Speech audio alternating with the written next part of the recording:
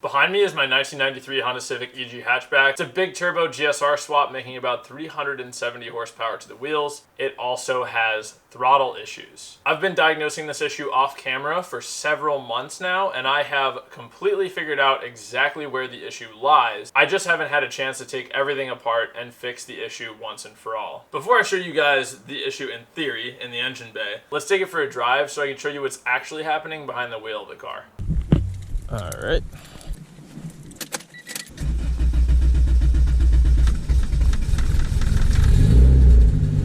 E85 life. It's like impossible to control. It's either nothing or like the car's going. So same right there. Let's do it again. So trying to apply gas, there, it just jolts. So that is one part of the issue. The other part of the issue, I'm gonna have to hop out onto a road here, a main road, to show you guys. All right, here's the main and most annoying issue. My feet are not on the gas. My feet are not on the gas right now. I'm going 40 miles per hour. I do not have cruise control in this car. There's a 93 Civic. The throttle pedal gets stuck. It is so annoying. Now watch what happens when I'm not gonna touch the gas, I'm just gonna clutch in. You see that? That is a major problem. In parking lots, in first gear, the throttle will get stuck. I'll clutch in, it starts revving out of control, and I have to blip every time to get the throttle to unstick.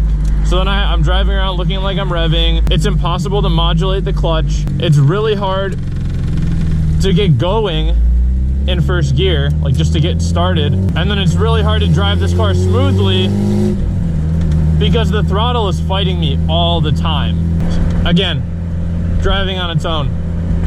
Tesla autopilot right here, boys. As you can see, this is an extremely annoying issue. It completely ruins the drivability of the car, and it is honestly probably the #1 reason why I have not driven this car much at all. Now that you guys understand the issue that I've been experiencing, let's hop into the engine bay and I'll show you what is causing it. So basically what's happening here is that the throttle flap, literally inside the throttle body, is getting stuck just a tad open, and there's resistance on it, but only when the car is running. So right now, if I modulate this throttle just a tiny bit, it does not get stuck. I promise you this has nothing to do with the cable binding. It has nothing to do with this little nub thing getting stuck in the throttle. It has nothing to do with the pedal itself. It has everything to do with this throttle body. You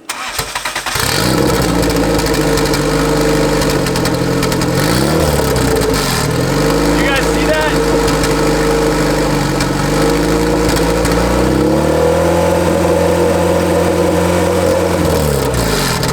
Hard to believe that I drove like this for over 6 months, and to celebrate fixing it later in this video, I'm going to be doing some full throttle pulls, so be sure to stick around for that. As you can imagine, this makes the car extremely annoying to drive. Now I could just continue to try to fix this throttle body, but I have messed with it so much that I would rather just try an old throttle body that I know works well, transfer over the throttle position sensor, recalibrate it, and relearn it in Honda. So let's get started.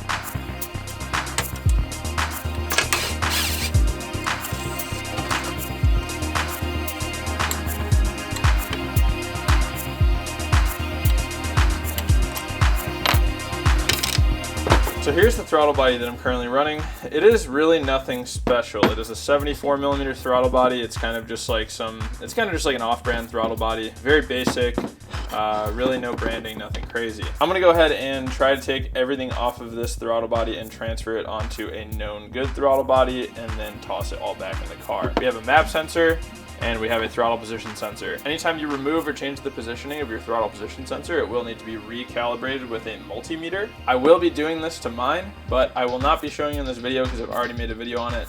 If you'd like to see that video, link in the card up above or in the description down below. Wait.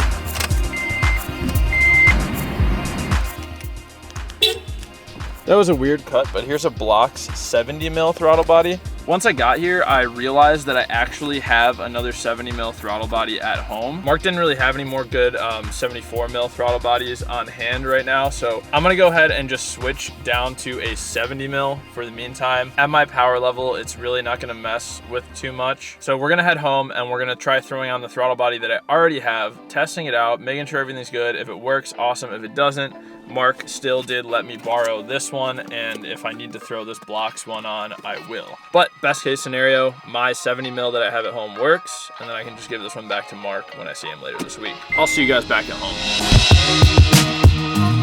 Once I was set back up in the garage, I started to take parts off of the old throttle body and transfer it onto the new 70 mil throttle body. But there was one thing that was really grinding my gears. I didn't like that the thermal gasket wasn't gonna line up perfectly on the new, smaller throttle body. There were gonna be some weird gaps. I wasn't exactly sure if it was the right move. So I had this idea to steal the gasket off of the EK because I figured, oh, maybe that one will fit. And then once I had that thought, I was like, dude, there is a much better solution here. So I know this is kind of a mess at this point, but I actually ended up stealing the throttle body off of the EK. Since the TPS is already set, I know it's a good throttle body. It's actually a nicer throttle body. It's like a nice Skunk 2, like stainless steel, billet, whatever. I think it's billet. It's very smooth, and it's not being used on the EK, so I just put another throttle body on it, so the EK is still drivable on its crashed chassis, but it will still run and drive. And this one is hooked up. Well, now it's hooked up. The only thing left to do here is to fire it up, take it for a drive, see how it feels. If the TPS needs calibration, we can always redo that. Also learn calibration in Honda. We're gonna see if any of that is necessary, but next step is just to take it for a drive and see how it feels. I am so excited. I hope that it is like night and day better.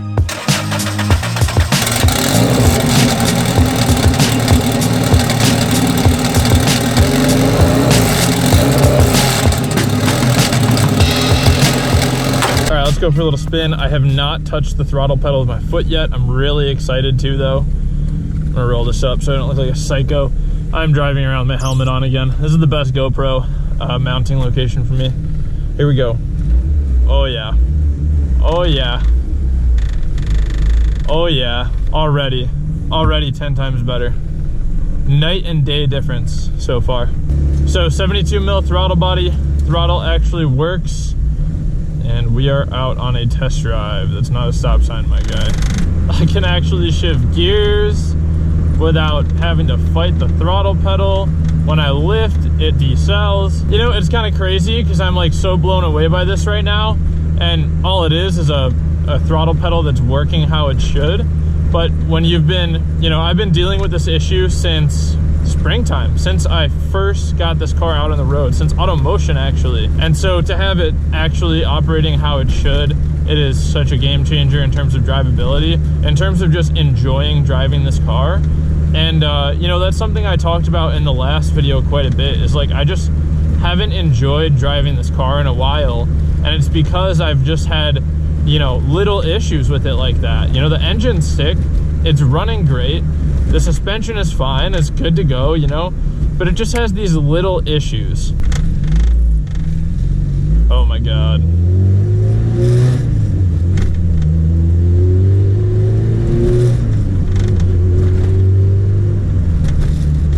So when you have all these little issues, they start to add up and they just make the car suck. It's like the saying, ounces are pounds, pounds are pain. Each ounce, each little problem is an ounce, but they add up to pounds, you know? They add up and it's just such a pain in the ass. So the throttle was honestly such a pain. This car has other issues, you know, honestly right now it's driving really great, but it has other issues. The rust is a major issue. You guys have been asking about that in the comments section. That sucks. That's something I'm gonna have to deal with at some point. I'm not exactly sure what I'm gonna do about it yet. It only ran a 13.9 quarter mile or something, or 13.8 quarter mile on this engine setup, which is kind of crazy. So, you know, there are just so many things that need to be refined to make this car what it should be. And that's really what we're gonna be focusing on for this car going forward. We're really just gonna be dialing it in and fixing some of the areas that I may have skipped out on in the past.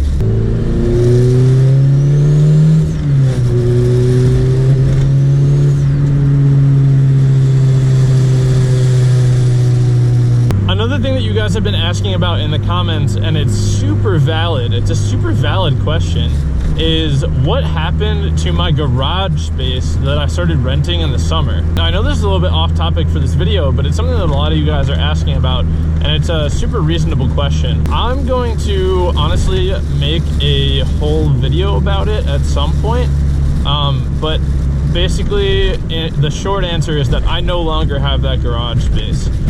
I'll make a whole video talking about it at some point, but we're not going to talk about it in this video.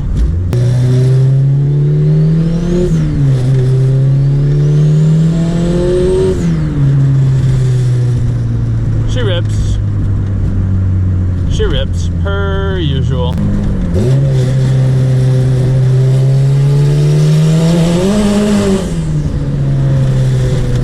Woo!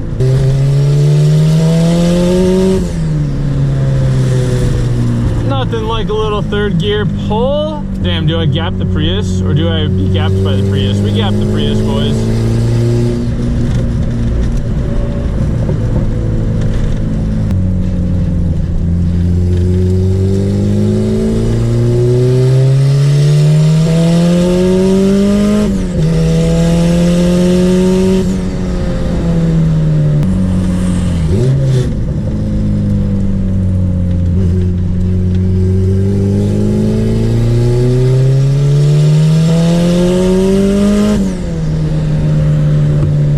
Tires are the bee's knees, boys. This car is the bee's knees, boys. I can't believe how much better this thing is driving. Again, I keep making a big deal out of it, but it's really a game changer. It's really a game changer, boys. Out of all the days that I could be driving around with a helmet on, Halloween was the perfect choice.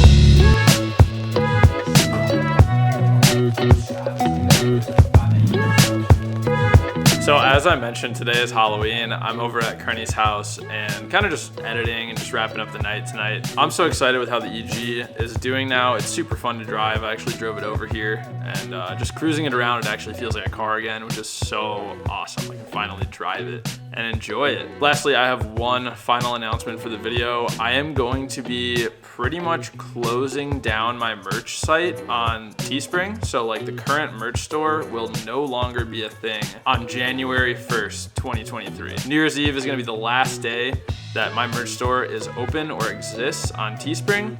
And from there, I'm going to be taking a few months to completely rebuild and redesign the entire structure of the merch website and merch company and merch brand. So with that said, you guys only have a few more months to get these designs. This one's actually not even for sale. I've never sold it, but any of the ones that are currently available on the site, you guys are able to pick up through the end of the year. Come January 1st, that website will not exist anymore, and none of these designs will ever be reproduced. So feel free to get them while they're still available, and after that, we are moving forward onto bigger and better things for Blown Motor Club. Thank you guys for being here. Thank you guys for watching, and as I always say, let's remember to plan, commit, subscribe, and like the video. Execute and attain our goals. Bye, guys.